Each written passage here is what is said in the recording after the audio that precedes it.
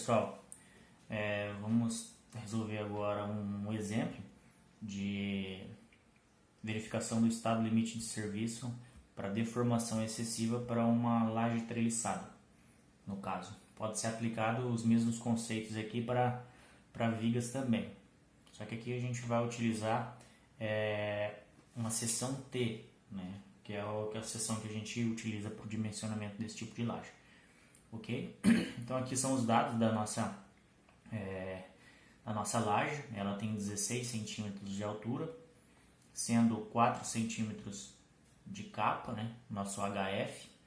A gente está considerando o BW dela de 10 centímetros e o intereixos de 50 centímetros. O D, que é a distância da posição da armadura até o bordo mais comprimido, a gente está fazendo essa consideração de 13,9. Ok? Ela tem 5 metros de vão, né? Então de apoio a apoio eu tenho 5 metros. O FCK que eu vou utilizar na laje é de 20 MPa. O aço que eu estou considerando aqui é de CA60, né?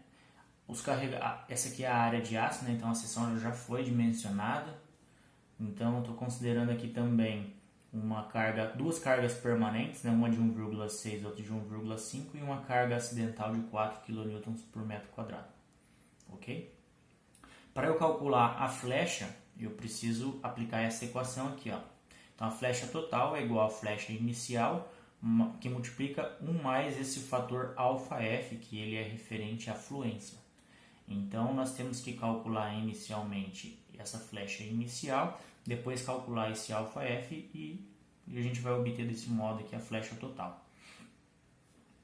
O fator ΔF é aplicado por essa equação, essa fórmula, e a flecha imediata por essa equação aqui, conforme visto em vídeos anteriores, né? Só uma diferença, né, que aqui está escrito ECS, né, o modo de elasticidade secante do concreto, vezes o I médio, que corresponde àquele EI equivalente que estava definido nos vídeos anteriores. Esse ECS é o modo de elasticidade do concreto que a gente vai considerar, definido por esta equação aqui, certo? Sendo o ΔI este 0,8 mais 0,2 vezes o FCK do concreto, então esse 20 aqui é o FCK, dividido por 80, que multiplica, né, 5.600, raiz de 20 vai dar este valor aqui de módulo de elasticidade. Para calcular esse I médio, né, a gente recai aquela fórmula de Brenson, né, que leva em consideração aqui o momento de fissuração, o momento atuante, o momento de inércia da seção bruta de concreto, né, seção íntegra sem estar fissurada, e o momento de inércia da seção fissurada, que a gente está chamando de I2, que corresponde ao estádio 2 de comportamento da nossa viga, da nossa vigota aqui, certo? Então vamos calcular por partes aqui, ó. O MR, então, ele é definido por essa equação, o alfa, que ele depende da forma da seção transversal, né? O FCT é a resistência do concreto à tração. Neste caso, a gente vai considerar que a resistência à tração do concreto é igual à resistência média, por isso que está esse M aqui. Chamo a atenção aqui, colocando um asterisco, que na verificação do estado limite de deformação excessiva, que é este exemplo aqui, ó, esse FCT ele é igual ao FCTM, médio, certo? Já na verificação do estado limite de formação de fissuras, essa resistência à tração do concreto, ele não vai ser igual ao FCTM, e sim ao FCTK inferior, certo? É uma outra equação, é diferente dessa daqui, ok? Mas voltando aqui para o nosso exemplo, então a nossa resistência à tração do concreto, ela vai assumir essa equação aqui do FCT médio, substituindo o nosso FCK, a gente chega nestes valores aqui de resistência à tração para ser aplicado aqui na equação. O IG dessa equação aqui, ele corresponde ao nosso momento de inércia da seção bruta do concreto, definido por essa equação aqui de baixo, que leva em consideração todas as propriedades geométricas da seção transversal e o centroide, né? Então esse YCG é o centroide. Para calcular este centroide, a gente aplica esta equação aqui, também, que também leva em consideração as propriedades da seção geométrica e do AG. O AG seria a área da seção de concreto. Aqui embaixo o AG está representado por 40 vezes 4 mais 10 vezes 16, porque esse 40 vezes 4 seria a área das abas da nossa seção T, e esse 10 vezes 16 seria a área da nossa alma do concreto. Esse YCG, então, a gente obtém o valor de 5 centímetros. Na equação aqui, ó, já aproveitando do momento de fissuração, o YT seria a distância do centro geométrico até a borda mais tracionada, certo? Então, quando a gente tem uma seção solicitada por um momento fletor M, certo? Com esse sentido positivo, então a parte de cima vai estar comprimida e a parte de baixo tracionada. Como a gente quer obter o momento de fissuração e a fissuração ocorre na face tracionada, então vamos considerar que o YT é a distância do centroide até a borda mais tracionada. Então, para calcular essa distância, eu peguei aqui a altura da seção de 16 menos 5, descontando o CG aqui, deu 11 centímetros, é ele que vai ser aplicado aqui em cima. Ok? Aqui no momento de inércia, G, o que vai ser considerado aqui na equação é o YCG e não o 11, certo? Então, é o que a gente calculou aqui de 5 centímetros. Substituindo todos esses valores nessa equação, eu tenho que o nosso momento de inércia é 6.507 centímetros quadrados. Então, de posse de todos esses valores, a gente aplica nessa equação aqui para definir o momento de fissuração, onde o alfa está sendo considerado com valor de 1,2 por se tratar de uma seção T. Para a seção retangular, né, a gente utilizaria esse alfa com valor de 1,5. Então, em posse de tudo isso, a gente define o momento de fissuração igual a 156,9 kN vezes centímetros. Então, para calcular o momento de inércia da seção fissurada, esse I2 de estádio 2, essa equação precisa ser definida. Então, aqui como nós estamos assumindo, né, no nosso dimensionamento que eu não tenho armadura de compressão, então esse AS' ele é zero, todo esse termo aqui ele é zerado. Então a nossa equação ela fica com essa representação somente. O X2 ele tem essa representação, essa equação aqui, onde o A1, o A2 e o A3, que são as variáveis dessa equação, elas estão destacadas aqui ao lado. Então, para a gente definir a posição da linha neutra, inicialmente a gente tem que fazer algumas hipóteses, né, para verificar se a seção T é falsa ou não, porque no momento que ela fissura, né, a gente vai obter uma linha neutra diferente do centroide da seção transversal. Então, nós não sabemos se essa linha neutra vai estar cortando a alma ou se ela vai estar cortando a mesa da seção T. Então, a princípio, a gente faz a hipótese da seção T falsa, em qual verificada com 0,8 da linha neutra tem que ser menor do que a altura da mesa, né, o HF. E nessa hipótese eu vou adotar que o BW é igual ao BF. Então aqui, para cálculo do A1, o BW aqui eu estou considerando de 50 centímetros, por isso está 50 dividido por 2. O αE é o fator de transformação, porque como a seção está fissurada, a armadura ela já está atuando. Então, eu tenho que transformar a nossa seção T de concreto armado uma seção homogênea para estar aplicando naquelas equações.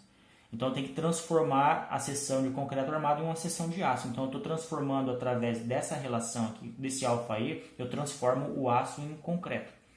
E esse αE aqui ele é igual ao módulo de elasticidade do aço, igual a 210 GPa, dividido pelo módulo de elasticidade secante do concreto que a gente já calculou lá atrás em MPa. Então, por isso que aqui está 210.000 MPa e aqui está 21.287 MPa. E esse valor aqui é adimensional. Ok? Dessa forma, a gente define o valor do A2 com esse valor aqui. No A3, ó, como eu não tenho armadura de compressão, então esse D' meu aqui vale 0, o AS' vale 0. E o BF, como ele é igual ao BW neste caso, esse termo aqui também vai ser zerado, porque BF menos BF vai ser igual a 0, então esse termo aqui some. O A3, então, ele fica simplificado somente por esse valor aqui, ó, de D menos αE vezes o AS. sendo D um dado do nosso problema, que é a distância da armadura, do centroide da armadura até a borda mais comprimida. Então, desse modo, eu defino esses parâmetros A1, A2 e A3, consigo definir o valor de x, que é a posição da minha linha neutra. Como deu 3,8, então a hipótese foi verificada, né? O meu HF é igual a 4 centímetros, então a minha seção é T falsa. Verificando essa hipótese, eu volto aqui para a equação do meu momento de inércia, nessa equação aqui de cima, e o meu momento de inércia ele vai ser igual a 4.552 centímetros quadrados. Ok? Na forma de Brenson, eu ainda vou precisar do momento atuante. Aí aqui eu vou fazer algumas considerações, né? Algumas combinações. Por quê? Porque para eu verificar as flechas limites, eu preciso saber a combinação permanente e eu preciso saber a combinação das cargas acidentais. Então, para isso, eu vou definir aqui um momento atuante aqui para a carga permanente. A minha carga permanente é de 3,1, né, somando aqueles dois valores, né, de G1 e G2, eu obtenho 3,1. E este 0,5 seria a minha largura de influência, né? Então, nós temos aqui a nossa laje, vamos supor aqui, né, definido aqui pelo contorno de 4 vigas. E eu vou ter aqui as minhas vigotas dispostas nesse sentido, né, uma ao lado da outra, e entre elas eu tenho os meus blocos de enchimento. Então, a carga que vai ser transmitida da laje para cada uma das vigotas é a carga que está aqui nessa largura de influência aqui, né, de 50 centímetros, que seria o nosso intereixos lá. Ok? Então, por isso que todos esses valores das cargas aqui estão sendo multiplicados por 0,5, que é 50 centímetros do meu intereixo. Então, aqui a carga permanente que vai estar aplicada na vigota, em uma vigota, é 1,55 centímetros. A carga quase permanente. A carga quase permanente é a carga permanente de 3,1 mais 0,3, que é aquele coeficiente Φ2 de redução da carga acidental. Então, 0,3 vezes a carga acidental de 4. Ok? Essa aqui é a carga que vai estar agindo na laje. A carga que vai estar agindo na vigota é este valor vezes 0,5, que é a largura de influência, que eu obtenho aqui de 2,15 kN por metro. Já a nossa combinação rara, ela é igual a carga permanente mais a carga acidental. Na combinação rara, eu não tenho nenhum fator de minoração, né? Não utilizo o Φ1 nem o Φ2 aqui na combinação rara. E simplesmente eu somo o valor da carga permanente mais a carga acidental, no caso de eu ter somente uma carga acidental agindo na nossa estrutura.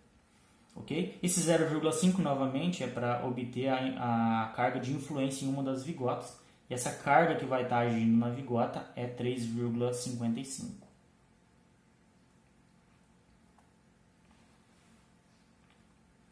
Então aqui, ó, essa carga que a gente calculou, ela vai ser essa carga que vai estar agindo na vigota aqui, ó, certo? Essa carga uniformemente distribuída. Essas cargas que a gente acabou de calcular aqui.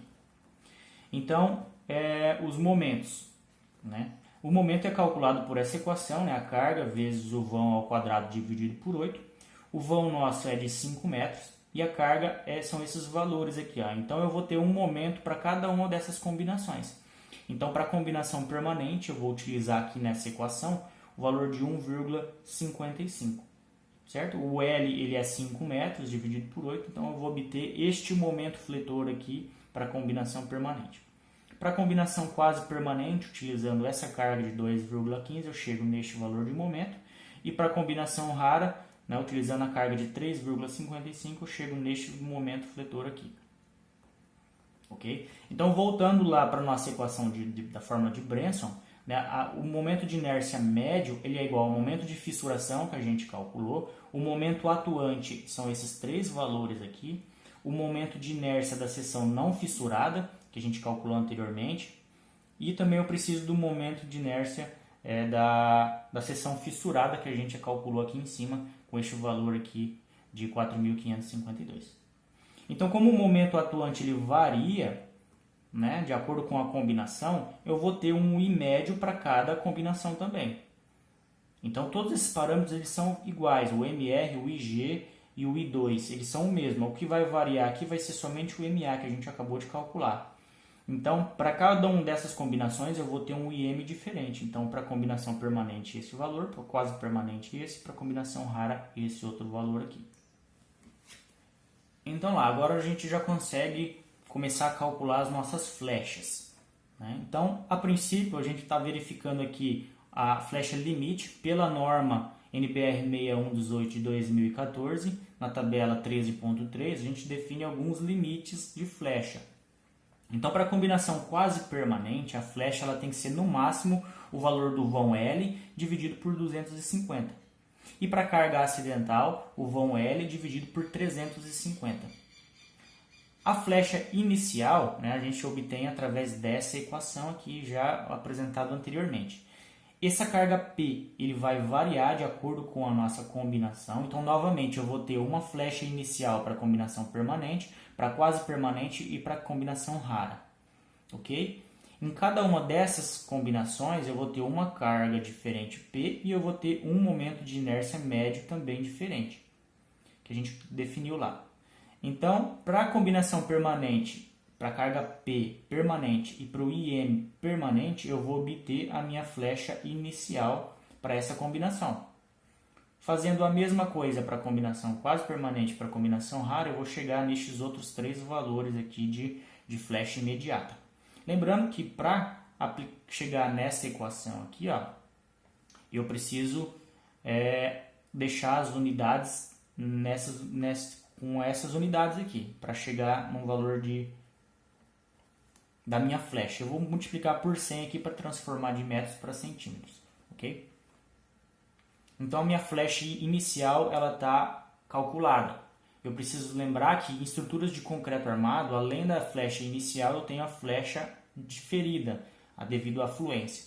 E para estimar este valor da fluência, eu tenho que calcular este parâmetro ΔC, definido por essa equação. Ressaltando aqui em vídeos anteriores, eu coloquei, se eu não me engano, 5 em vez de 50. O valor correto é 50. Então aqui, para definir essa equação, esse ΔC ele é no infinito, porque eu quero calcular a minha flecha máxima no tempo. E esse T0 seria o meu tempo de escoramento, da retirada de escoramento, dos escoramentos, que é o momento onde a carga permanente ele vai começar a agir. Então aqui, considerando que o escoramento vai ser retirado em 2 semanas, né, 14 dias, eu tenho em meses 0,47 meses. Então, aplicando aqui nessa equação, o 0,47 meses, né, eu vou precisar utilizar essa primeira equação, porque o T ele varia de 0 até 70 meses. Então, 0,47 entra neste domínio da função aqui. Então, substituindo o T por 0,47, eu vou obter que o T epsilon, o T0 vai ser 0,53. Já no infinito, né, ele é maior do que 70 meses, então eu vou considerar que o Xi infinito, né, ele vai ser igual a 2. Então a variação do infinito para 14 dias vai ser 2 menos 0,53, que vai dar 1,57. Esse rolinho aqui ele é igual a zero porque eu estou assumindo que a minha armadura de compressão ela é igual a zero. Então é uma consideração que eu estou fazendo aqui. Então meu alfa F é igual a 1,57. Então agora conhecido já o parâmetro alfa F, a gente consegue verificar aqui se a flecha que está ocorrendo na nossa laje, né, no caso deste exemplo, ela está dentro do limite definido pela norma, né? Como visto, para carga quase permanente, o limite é L por 250, né? O vão do elemento dividido por 250, e para carga acidental, o limite é L dividido por 350. Começando a nossa verificação aqui da carga acidental, né? Nós tínhamos lá visto que a combinação rara seria o efeito da carga permanente mais o efeito da carga acidental. Como eu estou fazendo uma verificação aqui somente da carga acidental, então eu vou isolar o efeito dela aqui e vou conseguir saber qual que é a flecha da carga acidental quando eu subtrair da carga da combinação rara, a flecha da combinação rara, a flecha da combinação permanente. Então aqui, ó, a flecha da combinação acidental, que é 2,99, né, que a gente obteve para rara, menos 1,28 que a gente obteve para permanente. Então a gente tem que, essa flecha da acidental vale 1,71. E já a flecha limite da norma, ela define como um valor de L por 350. Né? Então, como o nosso vão é de 5 metros, né, 500 centímetros, eu tenho que a flecha limite é 1,43. O que ocorre é 1,71, o que eu poderia ter era 1,43, então não atende, de acordo com as especificações da NBR 6118. Agora, quando a gente vai avaliar a carga quase permanente, aí eu tenho que levar em consideração o efeito da fluência. Aqui em cima, a norma ela define, não foi considerada o efeito da fluência, nem o da permanente, porque a norma ela define que esse limite aqui ele tem que ser comparado somente com a flecha devido à carga acidental. Agora, aqui na carga quase permanente, além de todas as cargas, né, de permanentes e acidentais, eu tenho que levar em consideração também o efeito da fluência. Então, por isso que eu estou considerando o valor do ΔF aqui no cálculo da flecha total.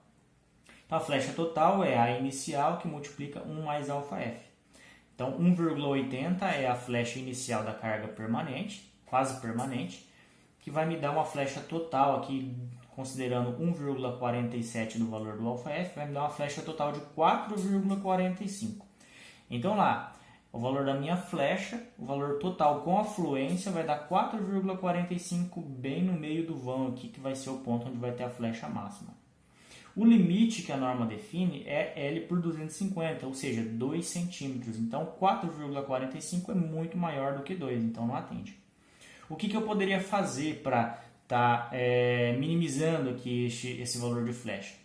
Eu poderia estar aplicando as cargas permanentes num tempo maior do que 14 dias, porque isso daqui vai me levar a um T0 maior, um ΔF vai dar bem menor, né, se eu fizer essa consideração. Eu também posso utilizar armaduras de compressão, mas eu acho que não é o caso, né, para lajes treliçadas. Então aqui esse rolinho ele seria diferente de zero quando eu considerasse armadura de compressão, então vai reduzir também bastante o valor do ΔF.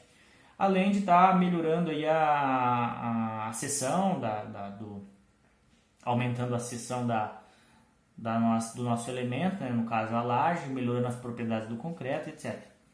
O que mais ajuda, né, na redução deste valor aqui seria alterar aqui o carregamento inicial, né? Quanto mais longo, mais retardado for esse carregamento, melhor vai ser, né, o efeito da fluência, além da altura, né? Se a gente aumentar a altura, vai reduzir drasticamente aí a flecha total. Mas vamos verificar aqui o efeito da contraflecha, que também é uma das possibilidades para reduzir esse valor de 4,45. O que seria esse contraflecha?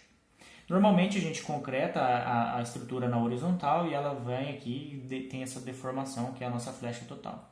Se eu concretasse essa mesma estrutura, só que com uma curvatura negativa, né, esse abolamento para cima, quando eu aplicasse o carregamento permanente acidental nele, ele ia voltar, né, para a posição que ele deveria estar, ou na horizontal ou com um pouco mais, ou com um carregamento, uma deformação um pouco menor do que seria com a concretagem na horizontal, certo? Então a contraflecha é essa deformação inicial que a gente aplica na laje sem ela estar concretada ainda.